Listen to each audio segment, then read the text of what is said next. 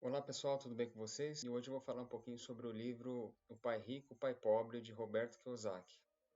Esse livro, né, O Pai Rico, o Pai Pobre, escrito por Robert Kiyosaki, é um livro fundamental para quem quer começar, ou até mesmo aqueles que já têm um pouquinho de conhecimento sobre educação financeira. É um livro bem, não é um livro grande, né? É um livro de fácil leitura e ele, de modo bem simples, né, ele apresenta conceitos fundamentais de educação financeira. O objetivo do autor, né, é contribuir para que as pessoas é, tenham essa educação financeira e consigam viver melhor, né?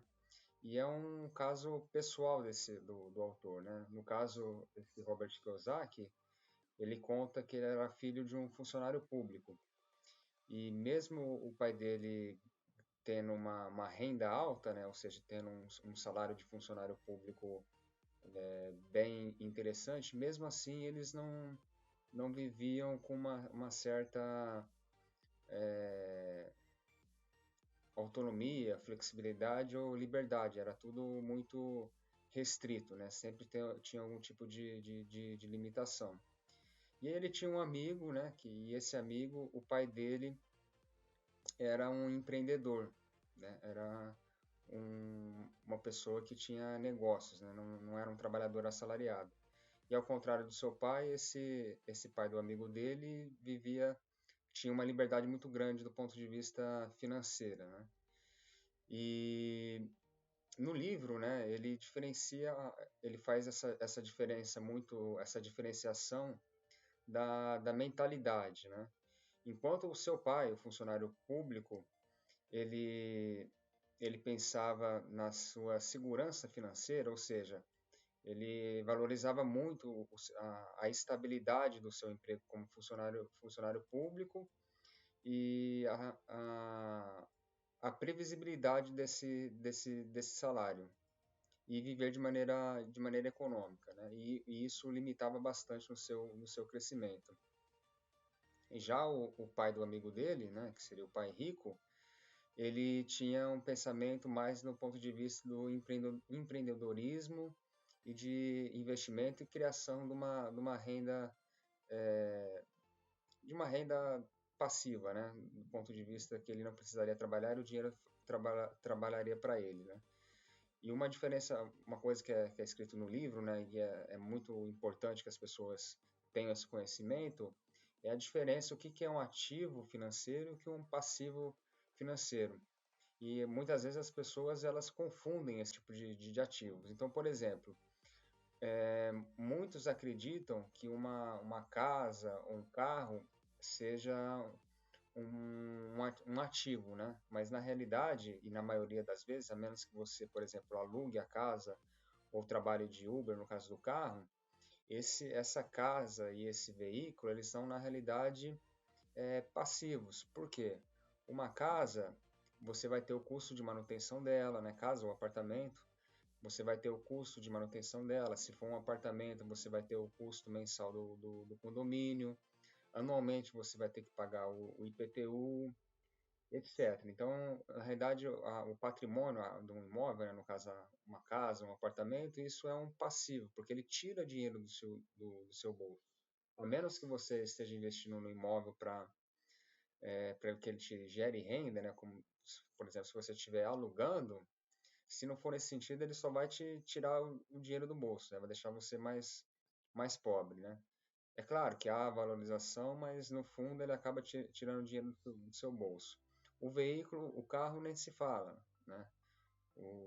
Antigamente, há muitos anos atrás, quando a gente tinha uma valorização dos veículos, ainda valeria a pena, né? De certa forma, você comprava por 10 e vendia por 15. Hoje em dia não, você comprou um carro 0 km na concessionária, saiu da concessionária, ele já tem o seu valor depreciado em pelo menos 10%. Além disso, o carro, né, o veículo, ele tem uma série de obrigações, né? Então tem o IPVA, tem o licenciamento, você pode tomar multa, tem o custo de manutenção anual, tem a depreciação anual desse veículo. Então, o carro em si é uma coisa que tira dinheiro do seu bolso. É óbvio que a maioria das pessoas tem a necessidade de ter um veículo, né? Ou pelo menos deveria avaliar se realmente é necessário para o seu transporte, visto que o transporte público no Brasil não é de qualidade. Mas a gente tem que entender que é um passivo e não um ativo, né? Realmente, será que vale a pena ter um carro? Tem famílias que têm dois, três veículos. Enquanto utiliza um, o outro fica parado na garagem e só tirando dinheiro do bolso.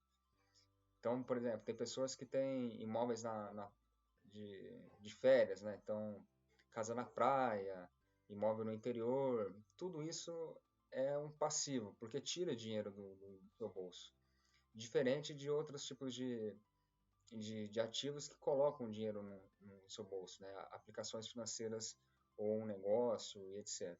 Uma outra coisa que é dita no livro, né, e é uma realidade, no ensino público do Brasil e também no particular, nas escolas não é ensinado, no sistema educacional tradicional, eles não ensinam os princípios financeiros ou de educação financeira, né? Eles só ensinam as matérias curriculares.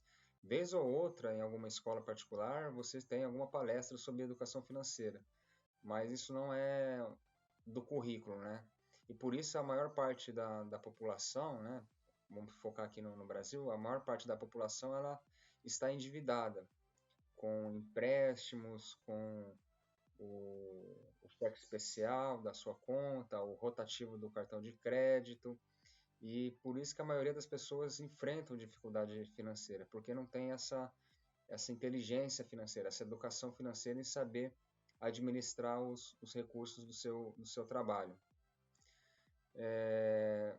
Uma outra coisa que tem no livro, né, ele diz que as pessoas, elas, na medida que elas vão ganhando dinheiro, elas aumentam o seu padrão, elevam o seu padrão de vida na mesma medida que aumentam os seus recursos financeiros, ao invés de utilizar esse dinheiro para investir e gerar uma renda passiva. Então, a pessoa recebeu um aumento no salário, ela muda para um imóvel maior, ou financia um imóvel maior, ou troca de um carro simples para um carro mais moderno, ou troca seu celular. Tem um iPhone 8, ele vai lá e mete o iPhone 14, o iPhone 15. Né? E aí ele vive esse ciclo vicioso de tudo que ele ganha, ele gasta para o seu bem-estar e para aumentar o seu padrão de vida. Não que as pessoas não precisam melhorar a sua qualidade de vida, porém não pode esquecer de guardar parte do que ganha para formar uma renda passiva e não depender da sua aposentadoria para depois quando se aposentar, não depender do INSS quando se aposentar. Tem, segundo estudos, mais de 90% dos aposentados no Brasil recebem apenas um salário mínimo de aposentadoria. E a gente sabe que isso passa longe do necessário para uma pessoa poder deixar de trabalhar e só depender do INSS. O autor desse livro, né, ele diz o que é muito mais interessante você criar um negócio próprio do que ser um trabalhador de carteira assinada. Porque quando você é um trabalhador de carteira assinada, você está sempre produzindo riqueza para o dono da empresa e sempre preso no seu salário. Eu sei que é difícil para muitos pensar em empreendedorismo, mas mesmo aquele que trabalha de carteira assinada tem que pensar com o dinheiro ou pelo menos reservar uma parte do seu dinheiro para investir, né? Criar ativos, seja na renda fixa, por meio de ações, etc. Mas gerar uma carteira de investimento que gere recursos, uma renda passiva, sem que a pessoa precise trabalhar, para isso contribuir quando ela fosse se aposentar, ou para alcançar a sua independência financeira. Um outro tópico do livro, né, ele chama a corrida dos ratos. Ele diz que a maioria das pessoas ela fica preso em trabalhos de carteira assinada, trabalhando somente pelo salário, em vez de criar algum tipo de negócio ou investir de modo que o dinheiro passe a trabalhar para elas. Né? Então tem aquele negócio, né? Quem só vive de carteira assinada e não pensa em investimento, vai estar sempre produzindo riqueza para o seu patrão e não vai alcançar a liberdade financeira.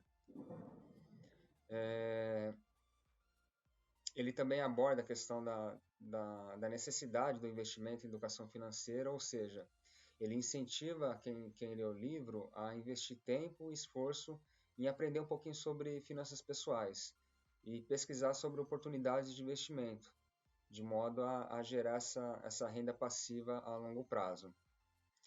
Ele diz também, né, que, ao exemplo do pai dele, você pode se apegar a um trabalho de carteira assinada e não correr nenhum risco, mas você vai estar sempre restrito ao seu salário, não alcançando ou não vislumbrando boas oportunidades, né? Então é interessante, mesmo que de maneira calculada, assumir certos riscos do ponto de vista de investimentos, né? Ou do próprio empreendedorismo, de criar uma empresa e trabalhar para você. Ele também, no seu livro, o Kiyosaki, ele descreve um ciclo de investimento, né? Que se traduz em você trabalhar, ganhar dinheiro, reservar uma parte desse dinheiro para investir, e com esse dinheiro investido você vai receber uma renda passiva e você reinvestir esse rendimento, aproveitando o que a gente chama dos juros compostos, né? Que é o aumento exponencial. E qual que é o objetivo disso tudo, né? Como o próprio autor diz, é você ter uma aposentadoria antecipada.